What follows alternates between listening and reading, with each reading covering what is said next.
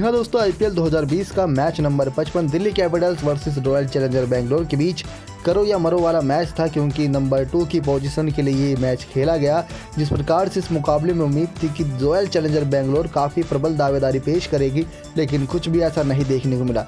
Delhi Capitals के बल्लेबाजों ने आसानी से 6 विकेट रहते 6 गेंद रहते ही इस मैच को जीत लिया। जी हाँ दोस्तों, इस मैच को जीतने के बाद ही उन्होंने अपना स्थान दूसरे नंबर पर पॉइंट्स टेबल पक्का कर लिया है। तो वहीं पॉइंट्स टेबल में तीसरी टीम जो क्वालिफाई करने वाली बनी वो बनी रॉयल चैलेंजर बेंगलोर। लेकिन उनके लिए काफ़ी बुरी खबर ये है कि उनको एक एलिमिनेटर खेलना पड़ेगा, यानी कि करो या मरो वाला मैच। आपको पूरा हाल बताएंगे कि किस प्रकार से जो टीमें होंगी वो फाइनल तक का सफ़र कैसे किन किन मैचों को खेल कर करेंगी। तो सबसे पहले नज़र डालते हैं मैच की हाईलाइट पे कि किसने बेहतरीन परफॉर्मेंस, किसने टॉस जीता। सबसे पहले देखा जाए तो दोस्तों, दिल्ली कैपिटल्स के कप्तान श्रेयस अय्यर ने टॉस जीता। टॉस जीतकर गेंदबाजी का फैसला किया, क्योंकि कुछ लास्ट मुकाबले देखे जाए तो जो टीम गेंदबाजी करके चेस कर रही है वो आसानी से जीत हासिल कर रही है। तो Sheikh Zayed Stadium Abu Dhabi मैदान पर पहले रॉयल चैलेंजर बेंगलोर के बल्लेबाजों को आमंत्रण दिया बल्लेबाजी का। जॉस फिलिपे और देवदूत पडिक्कल की जोड़ी मैदान पे आई, जहां पर एरन फिंच आज भी मुकाबले को मिस किए। लेकिन जॉस फिलिपे क्यों खास नहीं है बेंगलोर की टीम के, ये इनका स्कोर बताता है कि 17 गेंदों पर 12 रन ही बना पाए थे एक चौके की मदद से। लेकिन दिल्ली के सबसे खतरनाक गेंदबाज कागिसो रबाडा ने इनकी विकेट ली। कैच पकड़ा पृथ्वी शॉ ने, पहला विकेट मिला जॉस फिलिपे के रूप में। उसके बाद देवदूत पडिक्कल विराट कोहली की एक पार्टनरशिप पनपी जो 50 रन प्लस गई। लेकिन कहीं ना कहीं विराट कोहली को इसी बीच एक मौका भी मिला था, जहां पर ओनिक नोरक्याज के पास सीधी सी कैच गई थी, लेकिन उन्होंने कैच छोड़ दिया। यहाँ से लगा था विराट कोहली एक लंबी पारी खेलेंगे, लेकिन वो सिर्फ 24 गेंदों में 29 रन ही बना पाए थे, 2 चौके 1 छक्के की मदद से। और भारतीय गेंदबाज रविचंद्रन अश्विन ने काफ़ी अच्छी विकेट ली, कैच पकड़ी थी मार्कस स्टोइनिस ने। दूसरी विकेट के रूप में विराट कोहली जा चुके थे। देवदूत पडिक्कल ओपनिंग करने आए थे, वो टिके हुए थे दूसरे छोर पे। अब बारी थी एबी डिविलियर्स की, बड़ा मुकाबला था, दूसरी पोजीशन पे आना था। तो एबी डिविलियर्स या विराट कोहली में से किसी एक का चलना काफ़ी अहम था, क्योंकि इन दो बल्लेबाजों की बल्लेबाजी की बदौलत टीम कई मुकाबले जीती है, या आपने भी देखा होगा। 21 गेंदों में 35 रन ही बना पाए थे एबी डिविलियर्स, और रन आउट कर दिए गए अजिंक्य रहाणे के द्वारा, क्योंकि इन्होंने आखिरी कुछ ओवर में रन बनाने की काफ़ी तेज़ी से कोशिश की। डबल रन भागने के चक्कर में आउट हो गए। 1 चौका 2 छक्का इनकी इस पारी में देखने को मिला। कह सकते हैं कि इस गेंदों में 35 रन की पारी बाकी मुकाबलों में काम आती, लेकिन आज के मुकाबले में इनको 21 गेंदों में कम से कम 50 रन की पारी तो आराम से खेलनी चाहिए थी, जिससे जो स्कोर 152 रन का बना था वो 170 का होता, तो टीम जीत हासिल कर सकती थी। क्रिस मॉरिस की बारी आई तो क्रिस मॉरिस 2 गेंदों में 0 रन ही बना पाए और आउट हो गए। बॉलर थे ओनिक नोरक्याज, कैच पकड़ी ऋषभ पंत ने। शिवम दुबे को भी बल्लेबाजी का मौका मिला। देवदूत पडिक्कल सामने खड़े हुए थे, लेकिन 11 गेंदों में 17 रन ही बना पाए, 2 चौके 1 छक्के की मदद से। और फिर से कागिसो रबाडा ने अपना कमाल दिखाया। अजिंक्य रहाणे ने कैच पकड़ी, सीएम दुबे को चलता किया। देवदूत पडिक्कल को दोस्तों बॉलर ओनिक नोरक्याज ने विकेट लेकर सीधा आउट कर दिया था। 41 गेंदों में 50 रन की पारी, यानी कि सिर्फ एकमात्र ऐसे खिलाड़ी जिन्होंने बेंगलुरु की तरफ से अर्धशतकीय पारी खेली। इस मैच में 5 चौके की मदद से उनको चलता कर दिया, यानी कि जो स्कोर मिडिल ऑर्डर तक काफ़ी अच्छा चल रहा था, 8-9 रन प्रति ओवर, अब वो धीरे धीरे गिर के 7-8 रन के करीब आ गया। आखिरी कुछ ओवर में उम्मीद थी कि बचे 3-4 ओवर में टीम आराम से 40-50 रन मार देगी, जिसकी बदौलत 170 तक का टारगेट होता है। 165 प्लस तो लग ही रहा था एक समय पे, लेकिन एबी डिविलियर्स, शिवम दुबे जल्दी आउट हो गए। और आखिरी 2 ओवरों की बात करें तो बहुत ही कम रन बना पाई, क्योंकि आखिरी ओवर ओनिक नोरक्याज ने डाला था तो उसमें 2 विकेट आई थी, एक रनआउट के रूप में और एक आई थी कैच के रूप में। इसरू उड़ाना की विकेट भी ओनिक नोरक्याज ने ली थी। 2 गेंदों में 4 ही रन बना पाए थे, यानी कि जैसे ही एबी डिविलियर्स आउट हुए थे फिर इसरू उड़ाना आए थे और 1 चौका मारा था आखिरी ओवर में। लेकिन अगली गेंद पर फिर श्रेयस अय्यर ने कैच पकड़ी और बॉलर थे ओनिक नोरक्याज। दूसरी तरफ से अहमद नाबाद 1 गेंदों पर 1 रन लेके खड़े रहे, तो वहीं वॉशिंगटन सुंदर ने भी 1 गेंद पर 0 रन बनाए, नाबाद रहे। ऐसे करते कराते किसी तरीके से रॉयल चैलेंजर बेंगलोर की टीम 152 रन बना पाई। जब तक कोहली और डिविलियर्स का बल्ला नहीं चलता तब तक लगता ही नहीं कि टीम ने रन बनाए हैं, और ऐसा ही रहा। 20 ओवर में 152 रन, जो कि बहुत ही छोटा लक्ष्य था देखा जाए तो बल्लेबाजी के हिसाब से दिल्ली कैपिटल्स की, क्योंकि दिल्ली कैपिटल्स की बल्लेबाजी की लिस्ट काफ़ी लंबी रहती है। Marcus Stoinis, Ravichandran Ashwin, Kagiso Rabada ही बल्ला घुमाना जानते हैं।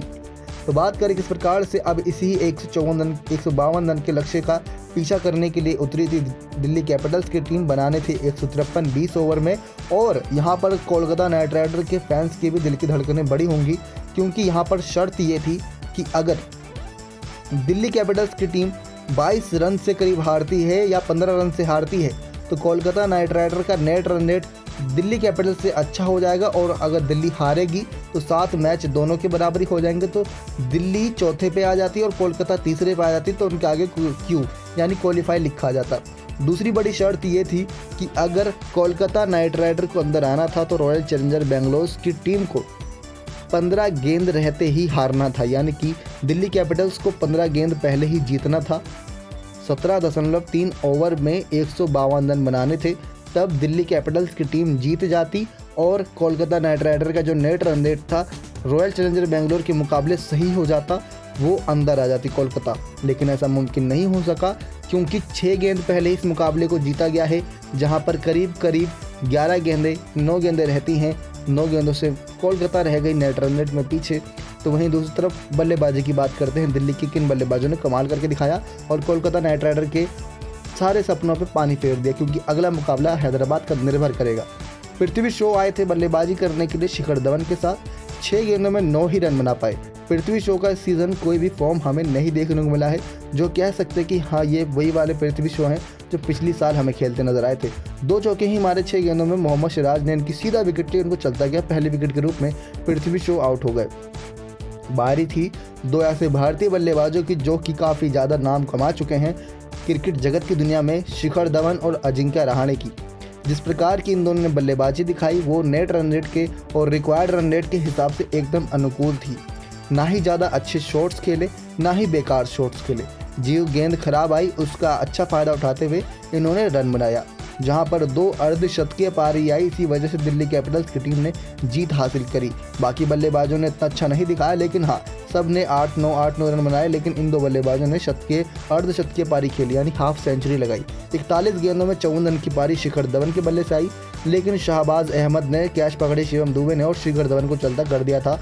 6 चौके लगाए थे शिखर धवन ने इस पारी में। दूसरे छोर पर अजिंक्य रहाणे ने शिखर धवन का पूरा साथ दिया था। लग रहा था यही 2 बल्लेबाज मैच को जिता देंगे, लेकिन ऐसा पॉसिबल नहीं हो सका क्योंकि आखिरी कुछ ओवर से पहले ही 3-4 ओवर से पहले इनकी विकेट काफ़ी तेज़ी से गिर गई थी। 46 गेंदों में 60 रन तो बनाए थे अजिंक्य रहाणे ने। सबसे ज़्यादा रन इन्होंने दिल्ली कैपिटल्स की टीम्स की तरफ से बनाए, 5 चौके 1 छक्के की मदद से। काफ़ी अच्छा इनका पारी रहा क्योंकि दूसरे छोर से विकेट गिर रही थी। इनके सामने चुनौती थी कि टिक कर खेलना है। श्रेयस अय्यर आए थे बल्लेबाजी करने के लिए जब अजिंक्य रहाणे क्रीज पर मौजूद थे। उसी के दौरान अजिंक्य रहाणे ने अर्धशतक कंप्लीट किया था। 9 गेंदों में 7 रन बनाए थे। श्रेयस अय्यर ने सोचा कि ये रिस्क लेते हैं और लंबे चौके छक्के लगाते हैं। चौके छक्के लगाने का लेकिन बॉलर शाहबाज अहमद ने काफ़ी अच्छी गेंद डाली जो अपना पहला मुकाबला खेल रहे थे। कैच पकड़ी मोहम्मद सिराज ने और चलता कर दिया श्रेयस अय्यर कप्तान को दिल्ली कैपिटल्स के। अब यहाँ पर रन बॉल चाहिए थे यानी कि 25 गेंदों में करीब 25 रन चाहिए थे। ऋषभ पंत थे और दूसरे छोर पर अजिंक्य रहाणे खेल रहे थे। अजिंक्य रहाणे अब आउट हो गए क्योंकि ऋषभ पंत सोच रहे थे कि अजिंक्य रहाणे टिक गए हैं, वो आराम से खेल रहे हैं तो ये थोड़ा रिस्क लेंगे। इसी वजह से अजिंक्य रहाणे ने भी ये सोचा जितना जल्दी मैच खत्म कर दिया जाए उतना अच्छा है। तो एक स्विप निकालते हुए इनका कैच पकड़ लिया गया पीछे शिवम दुबे द्वारा। ऋषभ पंत के ऊपर काफ़ी दारोमदार था कि अब वो मैच जिताकर ही वापस आए और उनका साथ देने के लिए क्रीज पर आए मार्कस स्टोइनिस। दोनों ही बल्लेबाज नाबाद रहे। 7 गेंदों में 8 रन 1 चौके की मदद से ऋषभ पंत ने बनाए, तो दूसरे छोर पे मार्कस स्टोइनिस ने 5 गेंदों में 10 रन बनाए 1 छक्के की मदद से। तो ऐसे करते कराते दिल्ली कैपिटल्स ने आसानी से 6 विकेट 6 गेंद पहले ही रहते इस मुकाबले को जीत लिया और पॉइंट्स टेबल पे दूसरे नंबर पे जगह पक्की कर ली है, यानी कि इनको 2 मौके मिलेंगे। अब दोस्तों हम आपको बताते हैं क्या है क्वालिफाई करने का पूरा मैटर। देखिए सबसे पहले जो पहली और दूसरी की टीम है यानी मुंबई और दिल्ली जो कंफर्म हो गई है। अब मुंबई और दिल्ली में से जो अगला मुकाबला जीतेगा वो सीधा जाएगा फाइनल में, लेकिन जो मुकाबला हारेगा उसको अभी एक और मौका मिलेगा। उसको मौका जब मिलेगा जब तीसरे और चौथे नंबर की टीम, मान लीजिए भी कि अगर रॉयल चैलेंजर बेंगलोर तीसरे पे रहती है, कल का मुकाबला हैदराबाद हार भी जाती है तो कोलकाता चौथे पे रहेगी। अगर चौथे तीसरे पे रहेगी बेंगलोर और कोलकाता तो उसमें से जो टीम जीतेगी वो जाएगी फिर क्वालिफाइड 2 खेलने के लिए, यानी कि इनके बीच होगा एलिमिनेटर जो बेंगलोर को अब खेलना पड़ेगा, ये तो कन्फर्म है। और मुंबई और दिल्ली के बीच सीधा होगा क्वालिफायर फाइनल के लिए। कोलकाता और बेंगलोर के बीच होगा एलिमिनेटर, जो टीम जीतेगी वो जाएगी फिर क्वालिफाइड 2 खेलने के लिए। क्वालिफाइड 2 उस टीम से खेलेगी जो पहले और दूसरे नंबर टीम में से हारी थी। मान लीजिए मुंबई जीत जाती है मुकाबला जीतकर वो सीधा फाइनल में जाएगी और दिल्ली को मिलेगा एक और मौका। फिर दिल्ली, बेंगलोर और कोलकाता में से जो टीम जीतेगी उनसे एक और मैच करेगी। यानी कि कोलकाता बेंगलोर के सामने 2 चुनौतियां होंगी अगर हैदराबाद नहीं जाती है तो, और अगर हैदराबाद जाती है तो बेंगलोर हैदराबाद के बीच 2 चुनौतियां होंगी। उन 2 चुनौतियों का पार करते हुए फिर फाइनल में एक आखिरी चुनौती का सामना करना पड़ेगा जो टीम पहला क्वालिफायर जीत कर आई होगी। तो यहाँ पर सबसे बड़ा दबाव है अब पूरी तरीके से हैदराबाद के ऊपर, क्योंकि जो इनका अगला मुकाबला है मुंबई इंडियंस के साथ है, जो टॉप ऑफ द टेबल बनी हुई है टीम। 13 में से 9 मुकाबले जीती है मुंबई इंडियंस। पहले नंबर पर इनकी जगह तय है सीज़न में, इनको कोई हटा नहीं सकता पहले नंबर से। 14 मैच सबके लगभग कंप्लीट हो गए, इन्हीं का 14वां मैच रह रहा है हैदराबाद के साथ। दिल्ली कैपिटल्स दूसरे नंबर पे पक्का कंप्लीट है, 14 में से 8 मैच जीतकर। नेट रन रेट आरसीबी और केकेआर के मुकाबले में काफ़ी अच्छा है, हैदराबाद के मुकाबले में ख़राब है। तीसरे नंबर पे रॉयल चैलेंजर बेंगलोर टीम आ गई है, लेकिन इनकी तीसरे नंबर की पोजीशन की जगह पक्की नहीं है। ये खसक के चौथे नंबर पे भी आ सकती है अगर कल का मुकाबला हैदराबाद जीत जाती है तो। चौथे नंबर पे भी कोलकाता नाइट राइडर बरकरार है, लेकिन इनका नेट रन रेट हैदराबाद के मुकाबले में काफ़ी ज़्यादा खराब है। इसी वजह से हैदराबाद की टीम अगर सिर्फ मैच जीत ही जाती है तो वो टीम सीधा तीसरे नंबर पर जगह बनाएगी और चौथे नंबर पर आ जाएगी फिर बेंगलोर। कोलकाता हो जाएगी इस क्वालिफाई की रेस से बाहर। तो 5वें नंबर पर अब हैदराबाद की टीम है 13 में से 6 मैच जीतकर। इनको सिर्फ एक ही मैच जीतना है और ये क्वालिफाई कर जाएगी। फिर ये अगला मुकाबला एलिमिनेटर खेलेगी बेंगलोर की टीम के साथ। 6ठे नंबर पे किंग्स इलेवन पंजाब है, जो कि इस सीज़न को 6ठे नंबर पे ही अंत करेगी। 6ठे, 7वें, 8वें के नंबर की पोजीशन में कोई अंतर नहीं आने वाला है, क्योंकि इनके 14 मैचेस कंप्लीट हो गए हैं। 14 में से 6 ही पंजाब जीती है, 14 में से 6 ही चेन्नई जीती है, 14 में से 6 राजस्थान जीती है। राजस्थान का नेट रन रेट बाकी टीमों के मुकाबले सबसे ख़राब है, इसलिए वो 8वें पे है। चेन्नई का पंजाब के मुकाबले में थोड़ा ख़राब है, इसलिए वो 7वें पे है। पंजाब का चेन्नई और राजस्थान से थोड़ा अच्छा है, इसलिए वो 6ठे पे है। लेकिन दोस्तों कमाल की बात यह है कि अगर पिछला मुकाबला पंजाब जीत जाती और आने वाले समय में, यानी जिस प्रकार से बेंगलोर आज मुकाबला हारी है, उससे ये साफ रहता कि पंजाब टॉप 4 में रहती और बेंगलोर सीधा 4 से बाहर हो जाती अगर हैदराबाद कल का मुकाबला जीतेगी तो। यानी कि पंजाब को भी सिर्फ यही मुकाबला जीतना था, तो उनका भी क्वालिफाइंग का सफ़र लगभग तय था। लेकिन उन्होंने गलती ये करी कि उन्होंने वो 2 अहम अंक ही गंवा दिए चेन्नई सुपर किंग्स की टीम के सामने और वो मैच नहीं जीत पाए। इसी वजह से सारा दबाव पंजाब से हट चुका है और वो सीज़न से बाहर हो चुकी है। आखिरी बार यूनिवर्स बॉस हमें खेलते हुए नजर आए थे IPL 2020 में। अब उनका चांसेस कम है कि वो अगले साल खेलते नजर आएंगे। इस साल भी उनको बड़ी ही मुश्किल से मौका मिला था, आधा सीज़न बीत जाने के बाद उनको मौका मिला था। और शेन वॉटसन की खबर सामने आई कि उन्होंने रिटायरमेंट ले लिया है। महेंद्र सिंह धोनी खेलेंगे अगला साल, ये भी कंफर्म है। उसके साथ 2-3 बड़ी और खबरें दे दें कि अब बेंगलोर की टीम एलिमिनेटर खेलेगी। कोहली की किस्मत कितना साथ देती है ये तो आप भी जानते हैं, क्योंकि कोहली जिस प्रकार के बल्लेबाज हैं और जिस प्रकार की उनकी किस्मत रहती है, उनको ट्रॉफी से हर साल दूर ले जाती है। दिल्ली कैपिटल्स टीम वो टीम बन चुकी है जिन्होंने बेंगलोर को लगातार 4 मुकाबले हराए हैं। पिछले मुकाबले भी उठा के देख लेंगे, यानी पिछले साल के वो 2 मुकाबले भी हराए थे, इस साल के भी 2 मुकाबले हरा दिए, लगातार 4 मुकाबले हार चुके हैं।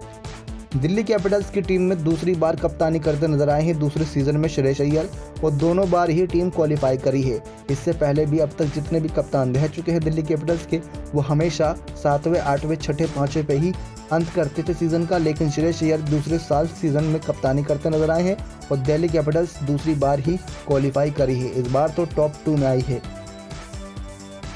और 2016 के बाद पहला मौका अब बना है जब रॉयल चैलेंजर बेंगलोर की टीम ने टॉप 4 में जगह बनाई है। यानी कि 4 साल बाद बेंगलोर के खेमे में ये खुशियां आई हैं। तो क्या लगता है दोस्तों, अब चौथे नंबर पे कोलकाता या हैदराबाद कौन सी टीम होने वाली है? कमेंट्स करके बताइएगा।